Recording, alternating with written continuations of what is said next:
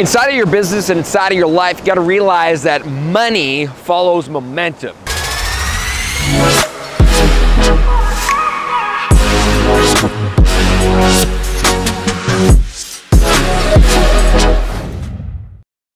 So your ability to create momentum is incredibly important, especially perhaps at the stage that you're at.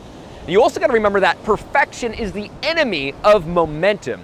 So if you want to create momentum so you can create money, so that money allows you to have abundance, and abundance allows you to have freedom, and freedom allows you to have impact to do what you actually want, it means that your job as an entrepreneur is to create momentum. It is to create momentum and then reduce friction.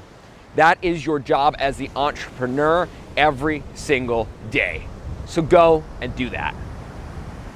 So if you enjoyed this content and you want more of it, make sure you go ahead and subscribe.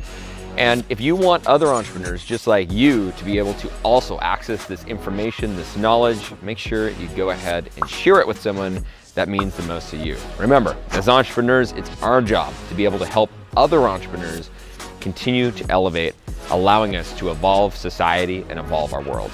I'll see you next time. Bye.